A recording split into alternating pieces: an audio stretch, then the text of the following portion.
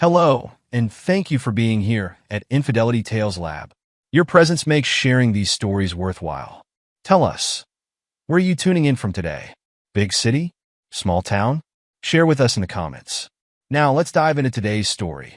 Chapter 1. The Seeds of Discontent. Ethan Hayes gripped his steering wheel, knuckles white against the black leather as he navigated through the winding roads of the Hamptons. The Mercedes purred beneath him, a stark contrast to the rusty pickup truck he'd driven in his youth back in Montana.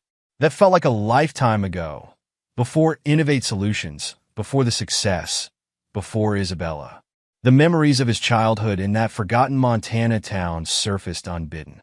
His father's weathered hands working multiple jobs, his mother's tired smile as she counted pennies at the kitchen table. They taught him the value of hard work, of never accepting limitations. He'd carried those lessons through college, through the countless sleepless nights building his company from scratch, through each painful setback and hard-won victory. Now, at 35, Ethan had transformed himself into something his parents could never have imagined. Innovate Solutions had become a powerhouse in the tech industry, his name mentioned in the same breath as other tech titans. He'd earned his place at the table, fought for every inch of ground he'd gained.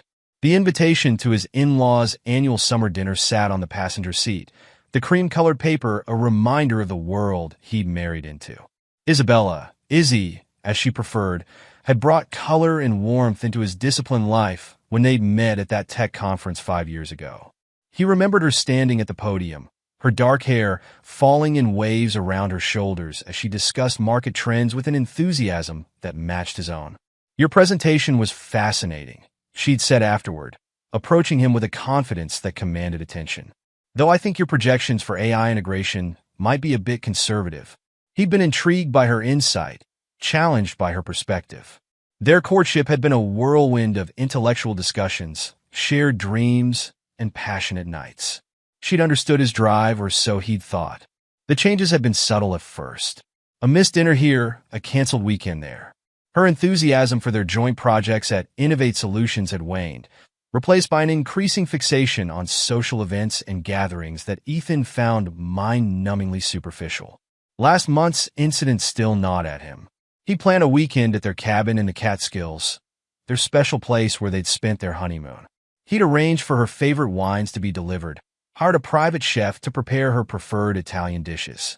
"I'm so sorry, darling," she'd said, her voice carrying a note he couldn't quite place. "There's an emergency with the Thompson account." Rain check. He later discovered there was no Thompson account. The gates of the Stone family estate loomed before him, ornate and imposing. Richard and Carol Stone's mansion was a testament to old money and carefully cultivated connections. As he pulled up the circular driveway, a valet appeared, ready to take his keys.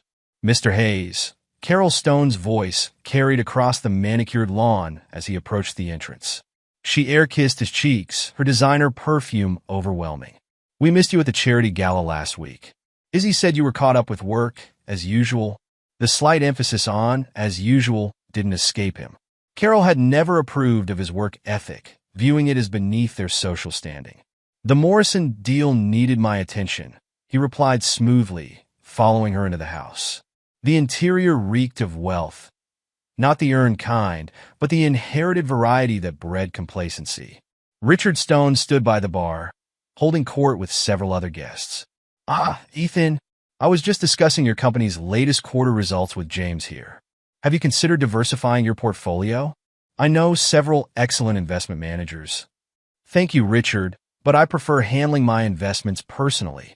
Ethan accepted a glass of wine, noting Richard's slight frown of disapproval. The evening dragged on, a parade of subtle digs and backhanded compliments. Ethan maintained his composure, years of business negotiations serving him well. These people, with their inherited wealth and social pretensions, could never understand what it meant to build something from nothing. He excused himself to step outside, needing a moment of respite from the suffocating atmosphere. The phone in his pocket vibrated, Izzy's name lighting up the screen. She was supposed to be at a yoga retreat in upstate New York, finding her center or whatever excuse she'd given this time. "Hey, Izzy, everything all right?" Her laugh crackled through the speaker, sharp and unfamiliar. "Oh, Ethan, darling. Everything is more than all right. I'm divorcing you." The words hung in the air between them. Ethan's grip on his phone tightened, but his voice remained steady. "Is that so? Don't act so surprised. You must have seen this coming." "Oh, and I've sold my shares of your precious Innovate Solutions. I needed some seed money to start over with Jake. He gets me in ways you never could, you boring workaholic." Jake. The name registered dimly in his mind, a venture capitalist who'd been hovering around their social circle lately. Ethan had dismissed him as another trust fund parasite. "Good for you, Izzy." His voice was ice-controlled and deadly. He ended the call, slipping the phone back into his pocket with deliberate care. Inside, Carol was approaching with another guest in tow, ready to inflict more social niceties. Ethan's mind was already racing, calculating moves and counter-moves. Izzy had made her play, thinking him weak, thinking him blind. She would learn how wrong she was. He made his excuses, citing an early meeting. As he drove away from the Stone estate, his face betrayed nothing of the storm brewing within. Izzy had struck the first blow, but she'd forgotten something crucial about him. He hadn't clawed his way up from nothing by being soft. The city skyline appeared in the distance, a jungle of steel and glass where he'd made his fortune. Somewhere in that maze of buildings, Izzy was celebrating what she thought was her victory. She'd chosen her battlefield poorly. This wasn't just about their marriage anymore. She'd attacked his company, the empire he'd built with his own hands. That made it war. And Ethan Hayes had never lost a war. Chapter 2. The Architect Emerges. Marcus Chen's apartment in Tribeca was lit only by the glow of multiple computer screens when Ethan arrived. Unlike Ethan's minimalist penthouse, Marcus's space was organized chaos. Walls covered in whiteboards filled with calculations, shelves overflowing with technical manuals and sci-fi novels. "You look like hell," Marcus said, opening the door. His rumpled appearance and the coffee cup in his hand suggested he'd been coding again, losing track of time as he often did. "We have a situation." Ethan moved past him, straight to the main workspace where they'd planned many of Innovate Solutions' key strategies. Marcus followed, concern etching lines around his eyes.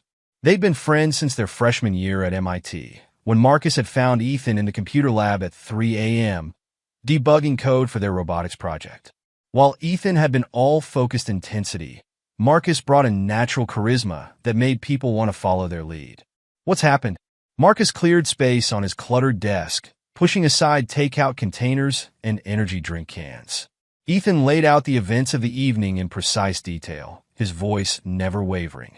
When he finished, Marcus swore violently in Mandarin, a habit from his childhood in Singapore that emerged when he was truly angry. "That manipulative witch," he growled, running his hands through his already disheveled hair. "She's been planning this, hasn't she? All those social events, the networking parties, she was setting this up. The question is, who bought the shares?" Ethan pulled out his laptop, fingers flying over the keyboard. "She wouldn't sell to just anyone. She wants to hurt me, which means the buyer is someone who'd use their position against us." Marcus was already at his own computer, diving into financial records. "I'll start tracking the transaction history. Even with offshore accounts, there's always a trail." They worked in focused silence for hours, following digital breadcrumbs through a maze of shell corporations and hidden transactions. Dawn was breaking when Marcus suddenly straightened. "Got something." The shares were routed through a shell company in the Caymans, Green Horizon Investments. "They're good, but not good enough to hide everything." Ethan moved to look over his shoulder at the screen. "Who's behind it?" "Still working on that, but look at the timing of these transfers. They started 3 months ago, small amounts at first, then larger ones coinciding with Izzy's yoga retreats. She's been liquidating assets gradually," Ethan noted, his jaw tightening. "Planning her exit strategy." Marcus turned in his chair, his expression grim. "What's our play here? We need someone who can navigate the legal gray areas. Someone who isn't afraid to get their hands dirty." Ethan pulled out his phone, scrolling through contacts until he found the number he needed. Amelia Reyes answered on the second ring, her voice sharp despite the early hour. "Ethan Hayes. This must be important for you to call at dawn." I need your services, Amelia. It's time to cash in that favor you owe me. A pause, then a low chuckle. The case in Singapore? I wondered when you'd collect on that. Give me an hour. I'll meet you at your office. Ethan ended the call, turning to find Marcus watching him with raised eyebrows. Amelia Reyes? The same lawyer who got that tech giant CEO off on corporate espionage charges. The very same. She's expensive and ruthless, but she gets results. Marcus nodded slowly. You're not just going to fight back, are you? You're going to destroy them. They came after my company, Marcus. Nobody does that, and walks away unscathed. The next few hours were a blur of activity. Ethan and Marcus moved their operation to Innovate Solutions headquarters, converting a conference room into their war room. When Amelia arrived, she brought with her a team of paralegals and financial investigators. First things first, she said, spreading documents across the table. Your prenuptial agreement. Izzy's lawyers will try to challenge it, but I found some interesting clauses about company shares that she clearly didn't read carefully. Ethan leaned forward, studying the legal jargon. The first right of refusal clause? Amelia's smile was predatory. Exactly. Any sale of company shares must be offered to you first at market price. She's violated that provision, which gives us leverage. What about Jake? Marcus asked, pulling up the venture capitalist profile on his tablet. He's been involved in several failed startups, but always manages to come out ahead somehow. Dig deeper, Ethan instructed. Everyone has skeletons. Find his. They worked through the day, piecing together a strategy. Ethan remained at the center, directing their efforts. Each piece of information they uncovered revealed more of Izzy's betrayal. Meetings with competitors, leaked company information, carefully orchestrated social connections. She's been systematic about this, Marcus observed, reviewing a timeline they'd constructed. Using her position as your wife to gather intelligence, making connections with potential buyers. She thought I was too focused on work to notice, Ethan replied, his voice hard. Too trusting to suspect my own wife. Amelia looked up from her legal papers. We can use that against her. Play into her perception of you as the workaholic husband. Make her think she's winning while we prepare our counterattack. What's our timeline? Marcus asked. Ethan stood, moving to the whiteboard where they'd mapped out their plan. We move in phases. First, we secure the company, review all access points, change security protocols, identify any vulnerabilities Izzy might have created. I'll handle that, Marcus nodded, already typing notes. Second, we track down the real buyer of those shares and prepare our legal challenge. Amelia, that's your domain? The lawyer made a note in her ever-present legal pad. I'll have my team working round the clock. And third, Ethan continued, his expression darkening. We gather everything we can on Jake. His business dealings, his personal life, his weaknesses. I want to know everything. What about Izzy's family? Marcus asked. The Stones have significant social influence. They care about appearances above all else, Ethan replied. When this is over, they'll distance themselves from her to protect their reputation. We can use that. The day stretched into evening, then night. Team members came and went, bringing reports, updates, and fresh coffee. Through it all, Ethan remained focused, processing information, adjusting strategies, preparing for every contingency. You should get some rest, Marcus said finally, noting the time. We've got the preliminary work in motion. Ethan shook his head. Not yet. There's one more call I need to make. He stepped out onto the office balcony, the city lights spreading below him like a circuit board. The phone rang several times before a gruff voice answered. Mike, it's Ethan Hayes. Remember that security contract we discussed last month? I need to activate it now. Full surveillance package. Top priority. He listened to the response, then added, and Mike, I need absolute discretion on this. The targets are Isabella Stone and Jake Morrison. Ending the call, Ethan looked out over the city. Somewhere out there, Izzy and Jake were celebrating their victory, thinking they'd outsmarted him. Let them celebrate. Let them think they'd won. The real game was just beginning. Chapter 3, The Checkmate Begins. The morning Izzy returned to the penthouse, Ethan was ready. He stood in the marble-floored foyer, Amelia Reyes at his side, watching through the security feed as the private elevator ascended. The boxes containing Izzy's belongings were neatly stacked and labeled, a silent statement of finality. "Remember," Amelia murmured, adjusting her designer's suit, "let me do most of the talking. We want them off balance." Ethan nodded, his expression neutral. The past week had been productive. Their investigation had uncovered more than he'd expected about both Izzy and Jake. Each piece of information was a weapon, carefully prepared and waiting to be deployed. The elevator chimed. Izzy stepped out first, wearing a white designer dress that probably cost more than most people's monthly salary. Jake followed, his cologne announcing his presence before he fully emerged. The sight of them together sparked something cold and deadly in Ethan's chest. "Well, isn't this cozy?" Izzy's voice dripped with false sweetness. "Darling, you didn't have to wait up for me." "Mrs. Hayes." Amelia stepped forward, her tone professionally crisp. "I'm Amelia Reyes, Mr. Hayes' attorney. We have some matters to discuss." Jake moved closer to Izzy, his hand possessively on her lower back. "Whatever you have to say to Izzy, you can say to me." "Mr. Morrison." Amelia's smile didn't reach her eyes. "How interesting that you mentioned that. Your presence actually simplifies matters considerably." Izzy's confidence wavered slightly. "What matters? I've already told Ethan I'm divorcing him, and I've secured my future quite nicely. Haven't I, darling?" She directed this last bit at Ethan, clearly expecting him to react. Ethan maintained his silence, watching as Amelia withdrew documents from her briefcase.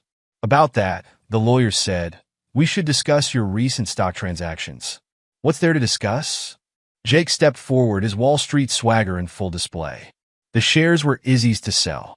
The transaction was completely legal. "Was it?" Amelia raised an eyebrow, extending a document. "Perhaps you should review Section 7.3 of the shareholders' agreement, particularly the clause regarding first right of refusal." Izzy snatched the paper, her manicured nails crinkling the edges as her eyes scanned the text. Her face paled. This can't be right." "Oh, but it is," Amelia continued smoothly. "Any sale of company shares must first be offered to Mr. Hayes at market price. Your attempt to sell to an offshore entity, Green Horizon Investments, I believe, was in direct violation of this agreement." Jake grabbed the document, his previous confidence crumbling as he read. "This is ridiculous. You can't enforce this. The sale has already gone through." "Actually, we can and we have," Amelia replied, producing another set of documents. "The sale has been invalidated. The shares have been reclaimed by Mr. Hayes through his right of first refusal. Here's the documentation of the transfer, along with the court orders supporting our position." Izzy's composure cracked. "What do you mean reclaimed? Those shares were worth millions. I need that money. Perhaps you should have read the agreements more carefully before acting so hastily," Amelia suggested, her tone dripping with professional disdain. Ethan finally spoke, his voice steady and cold. "The boxes contain your personal belongings. My security team will escort you while you verify nothing is missing. After that, you are both to leave the premises immediately." "You can't do this to me," Izzy spat, her carefully maintained facade crumbling completely. "I am your wife." "Soon-to-be ex-wife," Amelia corrected, producing the divorce papers. "These require your immediate attention." Jake paced the foyer like a caged animal, running his hands through his hair. "This isn't over, Hayes. You think you're so clever with your legal tricks." "Mr. Morrison," Amelia cut in sharply, "I strongly advise against making any threats, especially given your interesting history with financial regulations." Jake froze, his face draining of color. Ethan allowed himself a small smile, knowing their investigation had hit pay dirt. The man's past was a minefield of questionable deals and burned investors. "You're bluffing," Jake said, but his voice lacked conviction. "Would you like me to elaborate on the Jensen deal?" Amelia asked innocently. "Or perhaps we should discuss what really happened with Vertex Technologies?" Izzy turned to Jake, confusion marring her features. "What is she talking about?" "Nothing," Jake snapped. "She's trying to manipulate us." Ethan stepped forward, his presence commanding attention. "Check the boxes, sign the papers, and get out.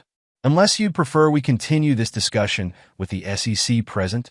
The threat hung in the air, Izzy moved to the boxes, her hands trembling slightly as she rifled through them. Jake stood awkwardly to the side, his earlier bravado completely evaporated. "Everything appears to be here," Izzy finally said, her voice small. "The divorce papers," Amelia prompted, extending a pen.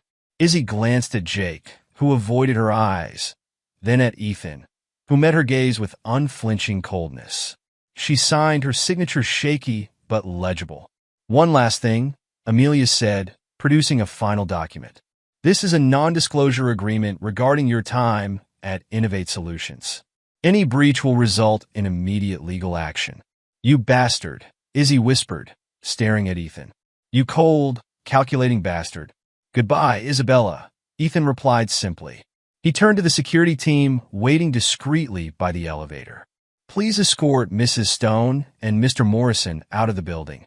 As they were led away, Izzy turned back one last time. "This isn't over, Ethan. You haven't won."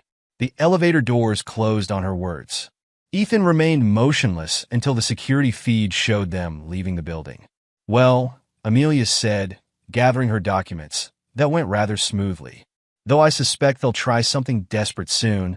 "Let them," Ethan replied. "Every move they make will only tighten the noose." After Amelia left, Ethan stood alone in his penthouse, surrounded by the evidence of his marriage's dissolution. He pulled out his phone and dialed Marcus. "It's done," he said when his friend answered. "Initiate the next phase. I want to know every move they make, person they contact, plan they try to formulate." "Already on it," Marcus replied. "Our sources say Jake's been making some interesting calls to potential investors." "Good. Let him dig his own grave." Ethan moved to his home office, powering up his computer. "Have our PR team ready. When this story breaks, I want to control the narrative completely." The city lights spread out before him as night fell, a testament to the power and influence he'd built. Izzy had thought him weak, too absorbed in his work to notice her betrayal. She'd thought his dedication to building something meaningful was a weakness to be exploited. She would learn just how wrong she was. Chapter 4. The First Domino Falls. Marcus sat in his office at Innovate Solutions, reviewing the latest surveillance reports on his tablet. The monitors around him displayed various data streams, stock prices, social media feeds, news aggregators. His team had established a comprehensive network to track Izzy and Jake's movements. "Sir," his assistant's voice came through the intercom. "Mr. Hayes is here." Ethan strode in, his presence commanding immediate attention. The past week had transformed him. The calculated businessman had given way to something more dangerous. "What do we have?" Ethan asked, taking a seat across from Marcus. "Jake's been making moves," Marcus replied, pulling up a series of financial transactions on the main screen. "He's trying to salvage his reputation in the venture capital community. Made 3 pitches this week alone, and all rejected. Our contacts made sure of that." Marcus allowed himself a small smile. "But that's not the interesting part. Look at this." He brought up another document, a series of text messages between Jake and a rival tech company. He's been trying to shop around some of Innovate's proprietary information. Nothing critical, just what Izzy managed to gather during her time here. Ethan's expression hardened. "Perfect. Have Amelia draft a cease and desist letter. Make it clear that any use of our intellectual property will result in immediate legal action." "Already done. But I think we can use this." Marcus leaned forward. "What if we leak something more substantial? Something that would really get their attention?" Ethan considered this, his mind working through the possibilities. "The global tech merger." "Exactly. We float rumors about a potential merger. Watch them scramble to get back in. Their greed will do our work for us." Ethan stood, moving to the window overlooking the tech district. "Make the calls. Use the business reporters who owe us favors.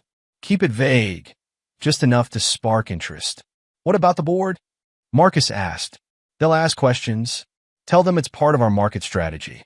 They trust us after the last quarter's performance." The next few days saw their plan unfold. Carefully placed articles began appearing in tech blogs and financial news sites. "Innovate Solutions in talks with major tech giant," read one headline. "Global tech eyeing strategic acquisition," speculated another. The effect was immediate. Jake's phone started ringing nonstop with calls from investors who had previously shunned him. Izzy, monitoring the news from her temporary apartment, felt the first pangs of doubt about her decisions. Ethan watched it all unfold from his command center at Innovate. His team had transformed an entire floor into their operational headquarters, with different departments coordinating their efforts. Legal, PR, intelligence, all working in concert to execute his vision. Mr. Hayes, a young analyst, approached with a tablet. We've detected increased activity in Ms. Stone's financial accounts. She's trying to liquidate some of her personal investments. Let me guess, preparing to buy back in? Ethan's tone was coldly amused. Yes, sir. She's contacted 3 different brokers today alone. Good. Make sure our friends at the SEC are aware of her activities. I want eyes on transactions she makes. Marcus entered, his face animated with fresh news. You won't believe who just called me. Jake himself, trying to feel out who bought Izzy's shares. He was practically begging for information. What did you tell him? Played dumb. Said I'd heard rumors about an offshore buyer, but couldn't confirm anything. Marcus chuckled. He's desperate. Offered to broker a deal with the mystery buyer himself. Ethan's lips curved into a predatory smile. Time to turn up the pressure. Release the next phase of information. Let's see how they handle real desperation. The team moved into action. More detailed merger rumors began circulating, complete with supposed insider quotes and potential valuation figures. The numbers were astronomical, enough to make any investor salivate. Ethan supervised it all, directing his forces like a general commanding troops. Each piece of information was a weapon, each rumor a carefully aimed strike. He'd learned from Izzy's betrayal, understood now how to use people's own greed and ambition against them.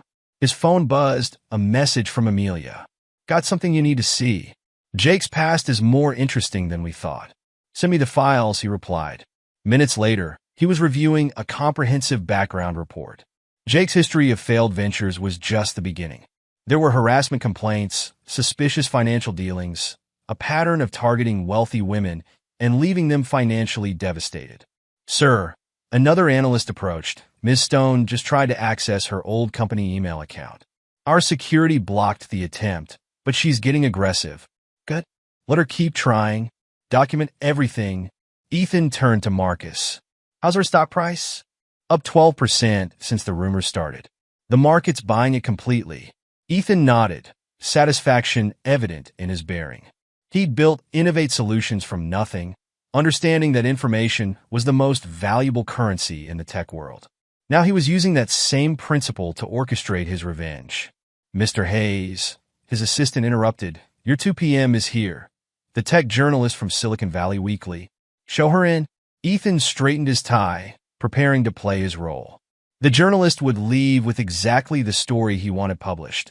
Another piece in his elaborate game. Marcus watched his friend, noting the transformation. The Ethan Hayes who had built Innovate Solutions had been formidable. This new version was something else entirely. A man who had learned that mercy was a weakness he could no longer afford. The game was entering its next phase, and Ethan was several moves ahead. Chapter 5. The Reveal. The conference room at Innovate Solutions hummed with tension as Ethan reviewed the latest intelligence reports. Screens displayed surveillance photos, financial records, and social media feeds, all focused on Izzy and Jake's increasingly desperate activities. They took the bait, Marcus announced, entering with fresh data. Jake just liquidated his remaining investments. He's trying to position himself for what he thinks is the upcoming merger. Ethan examined the financial records. And Izzy called 3 different board members today, trying to leverage old connections. They shut her down, of course, but she's persistent. A knock at the door interrupted them. Amelia entered, her expression suggesting significant news. You're going to want to see this, she said, connecting her laptop to the main display. We found Jake's sealed records from his time in Chicago. The documents appeared on screen. Court records, police reports, and witness statements. Jake's past was a tapestry of fraud and manipulation. He had systematically targeted wealthy women, gained their trust, then stripped them of their assets before moving on to the next victim. He's done this before, Ethan observed, his voice carrying a dangerous edge. Multiple times. 7 that we can confirm, Amelia replied. Most of the cases were settled quietly to avoid publicity. His victims were too embarrassed to pursue criminal charges. Marcus whistled low. Izzy has no idea who she's really involved with, does she? No, Ethan's response was cold. But she will. Make sure these records find their way to the right journalists. I want his pattern exposed. The team worked through the night, preparing their next moves. Financial analysts tracked Jake's desperate attempts to raise capital. PR specialists crafted the narrative that would destroy his reputation. Legal experts prepared the documents that would spring their trap. Morning brought new developments. Ethan's phone lit up with a message from a security team. Izzy had been spotted entering Global Tech's headquarters. She's trying to verify the merger rumors directly, Marcus noted, reviewing the surveillance photos. Getting sloppy. Perfect. Ethan turned to his computer, typing out instructions to his contacts at Global Tech. Let her get just enough information to think she's onto something. Hours later, Izzy sat in her luxury apartment, frustration evident in her movements as she paced the room. Her phone call with Jake had devolved into accusations and blame. You said this would work, she snapped. You promised me we could hurt him, take control of the company. How was I supposed to know about that clause in the shareholder agreement? Jake shot back, his composure cracking. You're the one who was married to him, and you're supposed to be this brilliant financial genius. Now look at us. He's about to make billions from this merger, and we're locked out completely. Their argument was interrupted by a news alert on both their phones. Breaking news. Tech entrepreneur Jake Morrison's history of fraud exposed. The color drained from Jake's face as he read the article. His past victims, his fraudulent schemes, his pattern of exploitation, all laid bare for the world to see.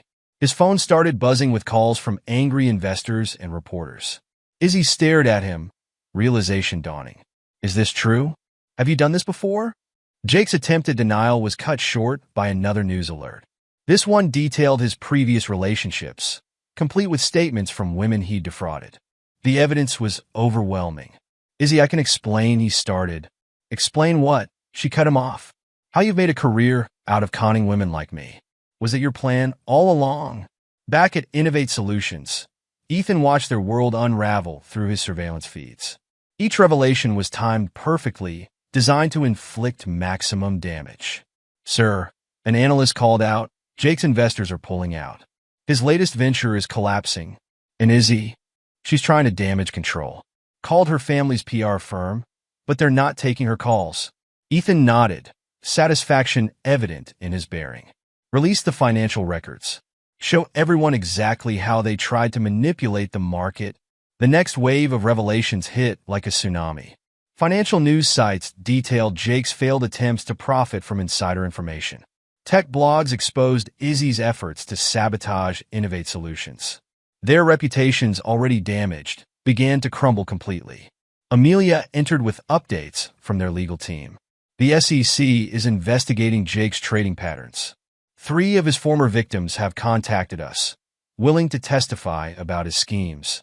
Make sure they have everything they need, Ethan instructed. I want him buried under so much legal trouble he'll never recover. Marcus watched his friend, noting the cold satisfaction in his expression. You knew they'd self-destruct like this? People like them always do, Ethan replied. Their type can't help overreaching, trying to grab what isn't theirs. I just had to give them enough rope. The day wore on, bringing more developments. Jake's business partners publicly distanced themselves from him. Izzy's social circle, sensing the shift in power, began sharing stories of her manipulative behavior. Mr. Hayes, his assistant, interrupted. Miss Stone is in the lobby. She's demanding to see you. Ethan checked the security feed. Izzy stood there, her designer outfit and perfect makeup a stark contrast to her desperate expression. Have security escort her out, he instructed. Any communication goes through our lawyers. He turned back to his team, his voice carrying absolute authority. Prepare for the final phase. It's time to end this game. Chapter 6.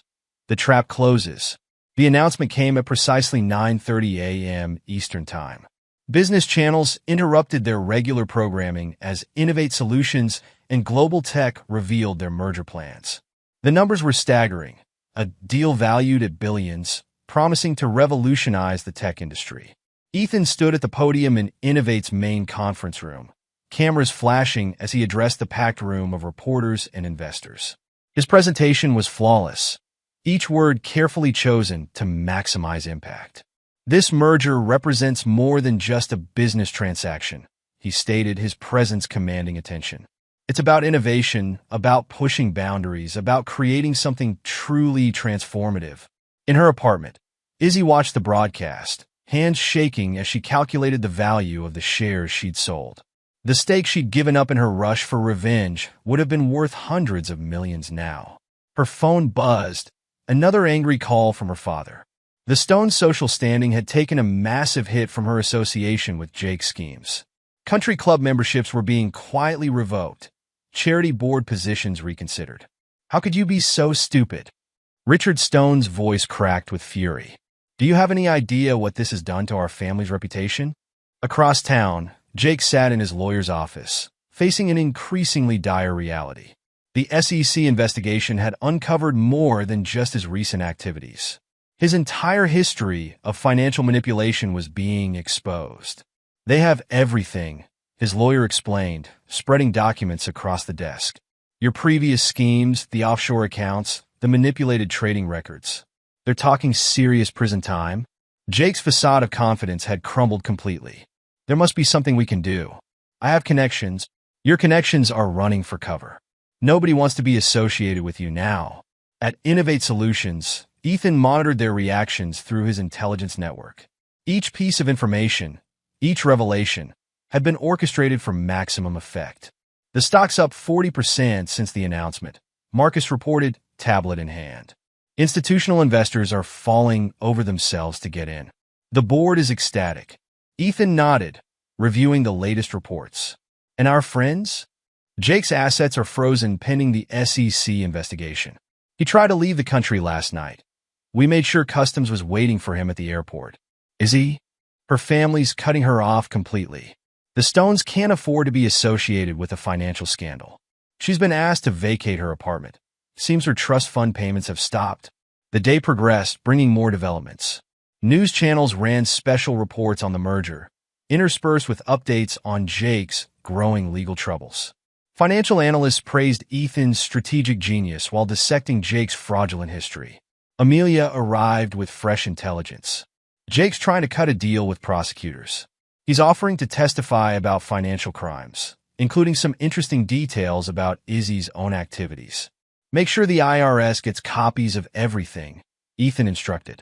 I want them looking into both of them. The trap had closed perfectly. Jake and Izzy's attempt to hurt him had become the instrument of their own destruction. Their reputations were ruined, their futures destroyed, their relationship crumbling under the weight of mutual recrimination. Late that evening, Ethan sat in his office, reviewing the day's events. A message from his security team alerted him to Izzy's latest desperate move. She tried to reach out to Global Tech's board members, seeking to somehow insert herself into the merger discussions. Sir, his assistant's voice came through the intercom. Final contracts are ready for your review. Ethan smiled, satisfaction evident in his bearing. The merger wasn't just a business triumph. It was the culmination of his revenge.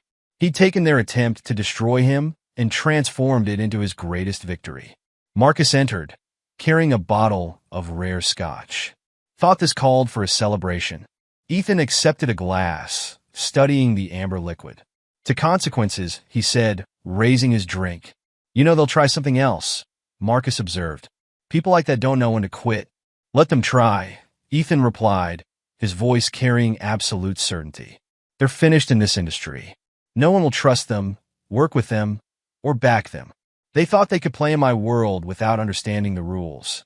The city spread out below them, lights glittering against the darkness. Somewhere out there, Izzy and Jake were facing the ruins of their lives, understanding too late the price of betrayal. Ethan Hayes had emerged stronger, more powerful, and utterly ruthless. He'd shown the business world what happened to those who dared to cross him. The message was clear. Betrayal carried consequences, and he was the one who determined the cost. Chapter 7. Reaping the Whirlwind. The Global Tech merger had transformed Innovate Solutions into a tech powerhouse. Financial news networks ran constant coverage of what they called the deal of the decade. Ethan's face appeared on business magazine covers, his story of rising from nothing to build an empire captivating readers worldwide. In his expanded office suite at Innovate's headquarters, Ethan reviewed the latest reports with Marcus. The monitors displayed real-time data on their stock performance, market analysis, and surveillance feeds, tracking their former adversaries' declining fortunes. Jake tried to flee to Mexico last night, Marcus announced, pulling up security footage. Our contacts at the airport made sure he didn't make it past customs. The SEC is processing his arrest now. Ethan nodded, satisfaction evident in his bearing. And Izzy, living in a small apartment in her hometown. She tried to get a job at 3 different tech companies this week. They all rejected her within hours of receiving her application. The transformation of Innovate Solutions had been remarkable.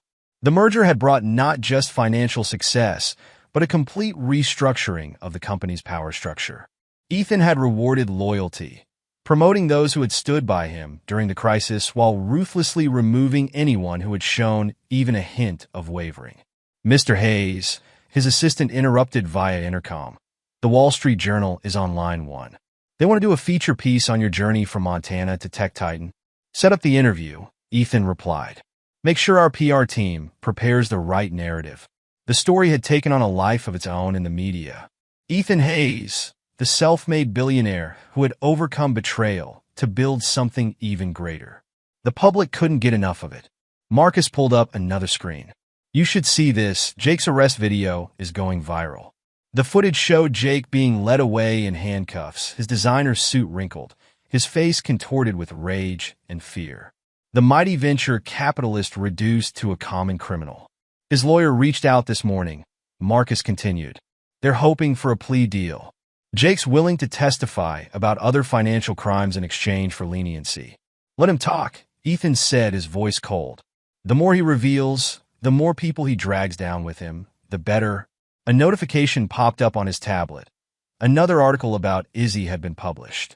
She'd been spotted waiting tables at a local diner, a far cry from her former life of luxury. The photos showed her in a generic uniform, serving coffee to uncaring customers who had no idea they were being served by a woman who had once moved in the highest circles of society. Sir, another assistant entered with fresh reports. The Tech Incubator project is ready for your review. We've identified 20 promising startups for the first round of funding. This was Ethan's latest initiative, identifying and supporting new tech entrepreneurs who showed real promise. He'd learned valuable lessons about loyalty and betrayal, and he was determined to create a network of companies bound by shared values and mutual success. What's the vetting process? He asked, examining the profiles. Extensive background checks, psychological evaluations, and detailed analysis of their business practices. We're not just investing in their ideas. We're investing in their character. Ethan approved. The tech world was full of opportunists like Jake, looking for quick profits without understanding the value of building something real. His incubator would be different. A message from Amelia appeared on his screen. She'd been monitoring the legal fallout from their operation, making sure both Jake and Izzy faced the full consequences of their actions. Just received confirmation, she wrote. The IRS is opening a full investigation into Izzy's finances. They're particularly interested in those undeclared offshore accounts we discovered. The pieces were falling into place perfectly. Jake faced prison time for his financial crimes. Izzy's reputation was destroyed, her social standing obliterated. Her family had cut all ties, more concerned with protecting their own status than supporting their disgraced daughter. Mr. Hayes, his assistant, called again. The young engineer you mentioned is here for her interview. Ah yes, Sarah Chun, a brilliant programmer he'd discovered through his incubator program. She reminded him of himself at that age, driven, talented, and uncompromising in her standards. Send her in. Sarah entered, her excitement barely contained. Mr. Hayes, thank you for meeting with me. Your story, it's inspired so many of us in the tech community. Ethan gestured for her to sit. Tell me about your project. As she explained her innovative approach to AI security protocols, Ethan saw the future taking shape. This was how he would build his legacy, not just through personal success, but by creating opportunities for others who shared his vision and values. The day proceeded with a steady stream of meetings, decisions, and strategic planning. Ethan moved through it all with calculated precision, each action furthering his goals. Late that evening, Marcus brought one final update. Izzy tried to contact you again. Through her mother this time. Standard response. Ethan replied without looking up from his work. All communication was to go through their lawyers. He had no interest in her attempts at reconciliation or appeals for mercy. The city lights spread out before him as night fell. He'd built this, all of it, through determination and an unwavering commitment to his goals. Those who had tried to take it from him had learned a harsh lesson about the price of betrayal. Chapter 8. The Final Move. Richard Stone's hands trembled as he entered Innovate Solutions headquarters. The former lawyer, once so proud and condescending, now moved with the uncertain steps of a man who had lost everything. The security team escorted him to the executive floor, where Ethan waited in his conference room. The space spoke of power and success, everything the Stones had lost in the wake of their daughter's disgrace. Richard, Ethan greeted him without warmth. Sit. Carol Stone, hovering behind her husband, had lost her social butterfly confidence. Her designer clothes, once so pristine, showed signs of wear. The country club set had abandoned them completely. Ethan, please, Richard began, his voice rough. We never meant. Save it. Ethan cut him off, sliding a document across the table. This is the deed to your house. As you can see, I now own it.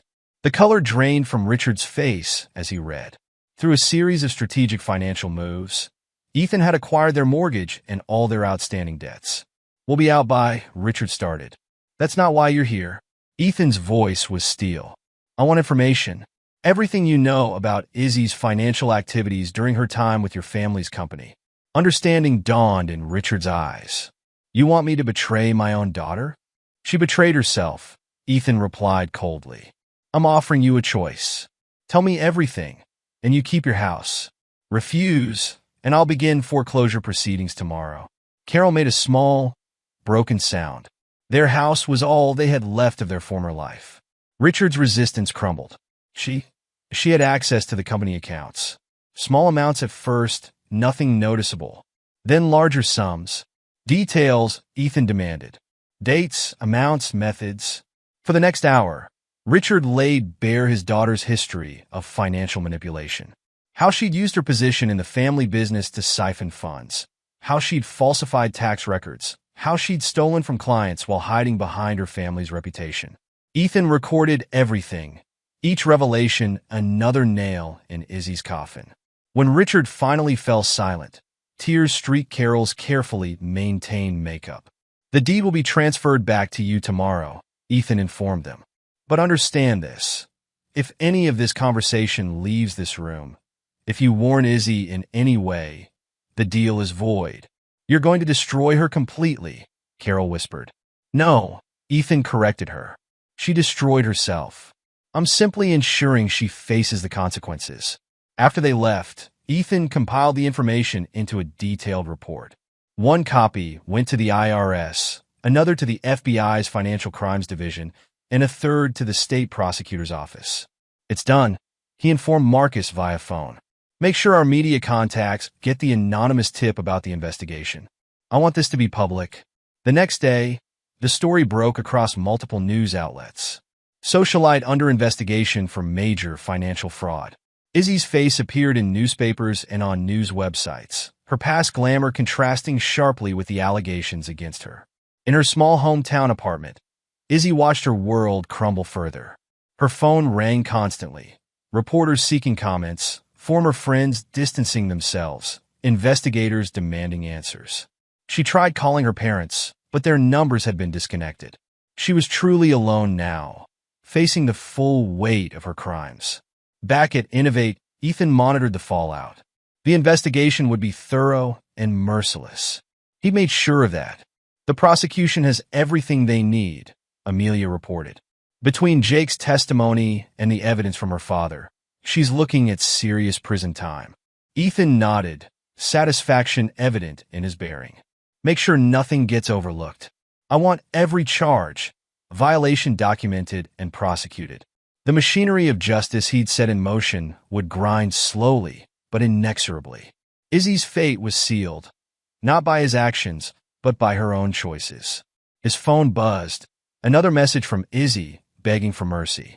He deleted it without reading fully. She had shown him no mercy when she'd tried to destroy everything he'd built. Now she would learn that actions had consequences. Chapter 9. The Architect's Legacy. 5 years passed. Innovate Solutions had grown into a global tech empire, with Ethan Hayes recognized as one of the most influential figures in the industry. His tech incubator program had launched dozens of successful startups, creating a network of loyal companies that shared his vision and values. In his expanded office suite, now occupying the top floor of Innovate's new headquarters tower, Ethan reviewed the latest project proposals with his executive team. The room hummed with energy as brilliant minds discussed cutting-edge innovations.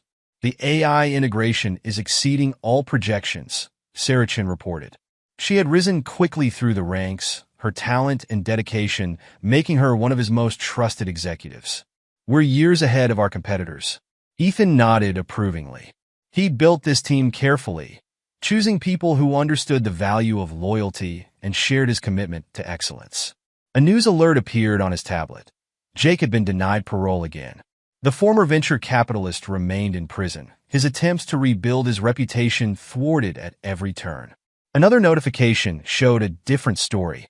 Izzy had completed her first year of a 5-year sentence for financial fraud. The photos showed her in prison uniform, all traces of her former glamour stripped away. He felt nothing looking at these updates. They were simply confirmation that justice had been served. Marcus entered with fresh reports. The new security protocols are ready for implementation. No one will ever be able to attempt what they did again. Ethan had used the lessons from his past to build something stronger. His company was now a fortress, protected by layers of legal and technological safeguards. Sir, his assistant called, the tech conference organizers are on line 1. They want to confirm your keynote speech. He would tell his story, not as a victim of betrayal, but as someone who had turned adversity into triumph. Young entrepreneurs needed to understand the importance of protecting what they built. The day of the conference arrived, and Ethan took the stage before a packed auditorium. Thousands of aspiring tech leaders hung on his words as he described his journey from Montana to Tech Titan. Success isn't just about innovation, he told them. It's about understanding human nature, about knowing who to trust and how to protect what you've built. In the audience, he saw hungry minds absorbing his message. They needed to understand that the tech world wasn't just about coding and algorithms. It was about power, strategy, and the willingness to be ruthless when necessary. After his speech, a young female engineer approached him, her eyes bright with admiration. "Mr. Hayes, your story, it's incredible. You showed us that we don't have to be victims, that we can fight back and win." He saw in her the same fire he'd had at her age, the same determination to succeed despite obstacles. "Remember," he told her, "in this industry, your ideas are your life. Protect them. Trust must be earned, not given." Back in his office, Ethan stood looking out at the city he'd conquered. He thought about Izzy and Jake, their failed attempt to destroy him, and how he'd turned their betrayal into the foundation of something greater. The world had learned a valuable lesson from their downfall. Betrayal carried a price, and Ethan Hayes would always collect in full. His phone buzzed, another ambitious startup seeking his mentorship. Life moved forward, and he had an empire to build. His new wife, Diana, a brilliant neuroscientist who had never asked him to compromise his principles, sent him a message about dinner. She understood him, supported his vision without trying to change him. Ethan Hayes had won not just the battle, but the war. He'd shown the world what happened to those who dared to cross him, and in doing so, he'd built a legacy that would endure. The young engineer's words echoed in his mind. He had indeed paved the way, showing others how to protect themselves, how to fight back, how to win. This was his true victory, not just personal success, but creating a model for others to follow. A blueprint for turning betrayal into triumph. The architect had built his masterpiece, and it would stand as a testament to his vision and his ruthless determination to succeed at any cost. Epilogue. A decade later, the glass elevator glided smoothly up the side of the Innovate Solutions global headquarters, a 100-story monument to technological achievement that dominated the city skyline. Inside, Marcus Chun adjusted his tie, tablet in hand, preparing for the morning briefing with Ethan. 10 years had transformed their company from a successful tech firm into a global powerhouse that shaped the future of artificial intelligence, quantum computing, and digital infrastructure. Marcus, now the company's president, still marveled at how that pivotal betrayal had sparked such monumental change. The elevator opened directly into the executive floor's security checkpoint. Advanced biometric scanners, their own technology, verified his identity before granting access. The bitter lessons of the past had created one of the most secure corporate environments in the world. "Good morning, Mr. Chun." Sarah Chin, no relation, greeted him. The former young engineer had risen to become their chief technology officer, her brilliant innovations making her one of the most respected figures in the tech world. Mr. Hayes is waiting in the main conference room. Ethan Hayes, at 55, had aged like fine whiskey. His hair showed distinguished streaks of gray, but his eyes retained their penetrating intensity. He stood at the head of the conference table, reviewing holographic projections of their latest project metrics. "Marcus," he acknowledged his old friend. "The acquisition reports?" "Finalized this morning," Marcus replied, sharing the data to the room's display system. "Global tech was just the beginning. With this merger, we'll control 60% of the world's AI infrastructure." The years had proven Ethan's vision prophetic. While other tech giants focused on consumer products, he had built the foundational systems that powered the digital age. Their technology was everywhere, invisible but essential, like electricity or gravity. "Diana's research team has made another breakthrough," Ethan mentioned, referring to his wife of 8 years. Dr. Diana Hayes had revolutionized the field of neural interface technology, creating direct connections between human consciousness and artificial intelligence. Their partnership, both personal and professional, had pushed the boundaries of what technology could achieve. "How's Alexandra?" Marcus asked, referring to Ethan's 6-year-old daughter. The child was already showing signs of her parents' brilliant minds, combining her father's focused determination with her mother's scientific curiosity.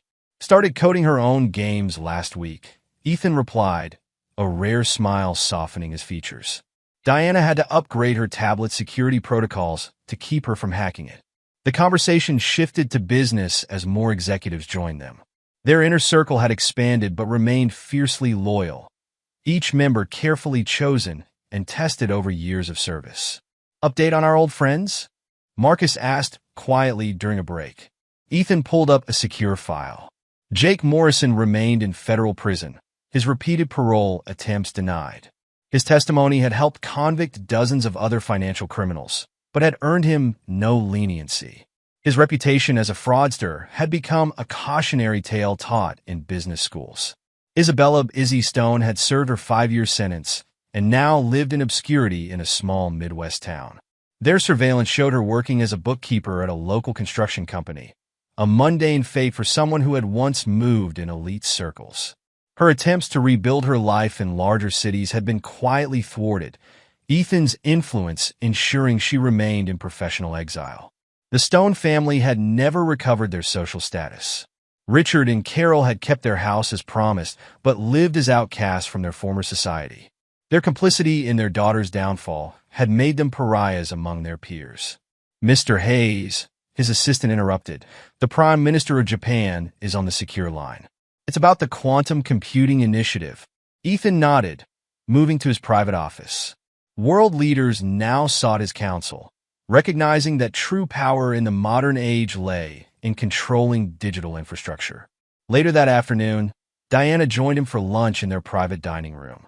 Her neuroscience background had given their company an edge in developing brain-computer interfaces, creating technology that seemed like science fiction a decade ago. "The neural mapping project is exceeding expectations," she reported, her brilliant mind already working through new possibilities. "We're seeing synaptic response patterns we never imagined." Their relationship was a perfect synthesis of intellect and ambition. Diana had known about Izzy, had understood the lessons Ethan had learned from that betrayal. She respected his boundaries, matched his drive, and shared his vision of technological evolution. In his private moments, Ethan sometimes reflected on how that betrayal had shaped his empire. His response to Izzy and Jake's scheme had set him on a path to unprecedented success. The ruthless efficiency he developed, the absolute control he demanded, the unwavering focus on security and loyalty, all had emerged from that crucible of betrayal. The afternoon brought a meeting with their charitable foundations board. The Hayes Innovation Fund had become a major force in technical education, identifying promising students from underprivileged backgrounds. Ethan had not forgotten his own roots in Montana, though his response to hardship had been very different from Izzy's reaction to privilege. The latest batch of scholarships is ready for your review, Sarah reported. She had taken a personal interest in mentoring young engineers, remembering how Ethan's support had launched her own career. We've found some exceptional candidates. The foundation served multiple purposes. It created goodwill, developed future talent, and extended their influence into academia. More importantly, it shaped the next generation of tech leaders according to their principles. As evening approached, Marcus joined Ethan in his office for their traditional end-of-day discussion. Their friendship had deepened over the years, tempered by shared battles and victories. "Remember when we thought the global tech merger was big?"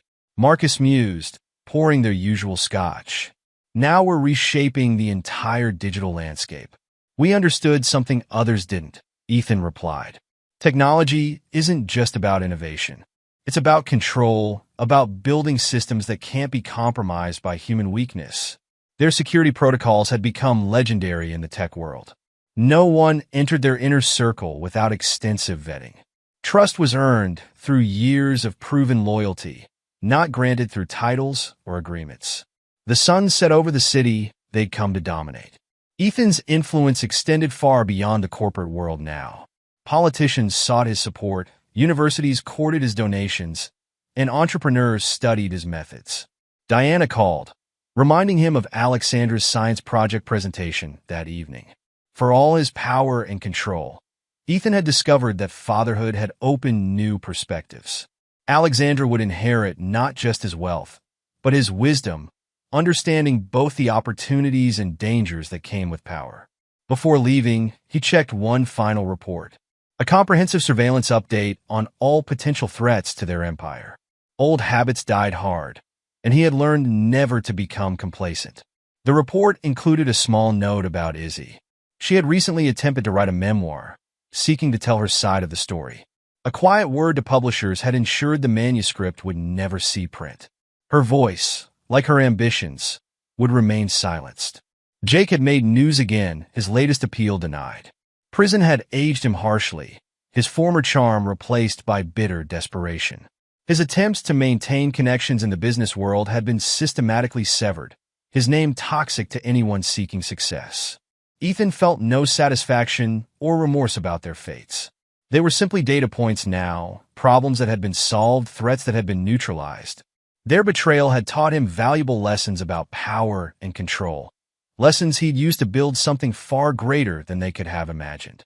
The drive home took him past neighborhoods where augmented reality billboards displayed Innovate Solutions' latest breakthroughs. Their technology had become part of society's fabric, essential to modern life. The digital age he controlled had surpassed anything he'd dreamed of during those early battles. Diana met him at their penthouse door, her mind already racing with new ideas for neural interface applications. Alexandra ran to greet him, her tablet displaying the code she'd written that day. They were his true legacy now, brilliant minds that would carry his vision forward. Over dinner, they discussed the future. Alexandra's questions about artificial intelligence showed an understanding beyond her years. Diana's insights into consciousness and computation sparked new possibilities for their research. Later, in his home office, Ethan reviewed the next day's agenda. Their global expansion continued, with new acquisitions and innovations extending their reach. The betrayal that had once threatened to destroy him had instead become the foundation of an empire. Marcus called with a final update. Their latest AI security system had detected and neutralized a sophisticated cyber attack, protecting not just their corporate data, but the global digital infrastructure they controlled. The attackers would never know how thoroughly their attempt had been thwarted. Looking out over the city, Ethan reflected on the decade since his transformation. He had built something unprecedented, not just a tech company, but a system of power and control that shaped the modern world. His response to betrayal had created a new paradigm of corporate dominance. Diana joined him, her presence a reminder that trust, properly earned and verified, could coexist with power. Their partnership had proven that relationships could strengthen rather than weaken when built on mutual respect and shared vision. The night deepened, but Innovate Solutions never slept. Their systems ran the digital networks that connected continents, processed financial transactions, and powered the artificial intelligence that increasingly governed daily life. From that long-ago betrayal, Ethan Hayes had architected not just his revenge, but a new world order. He had proven that true power came not from destroying enemies, but from building systems they could never penetrate or compromise. The architect had become the master builder, and his creation would endure long after the names Izzy and Jake had been forgotten by all but a few. In the end, their betrayal had given him something far more valuable than revenge. It had shown him how to build an empire that could never be betrayed again. And there you have it. Another story comes to an end. What did you think? I'd love to hear your thoughts in the comments below. If you enjoy this story, consider joining our community by subscribing. It means the world to us. For more stories like this one, check out the recommended videos on screen. And I'll see you there.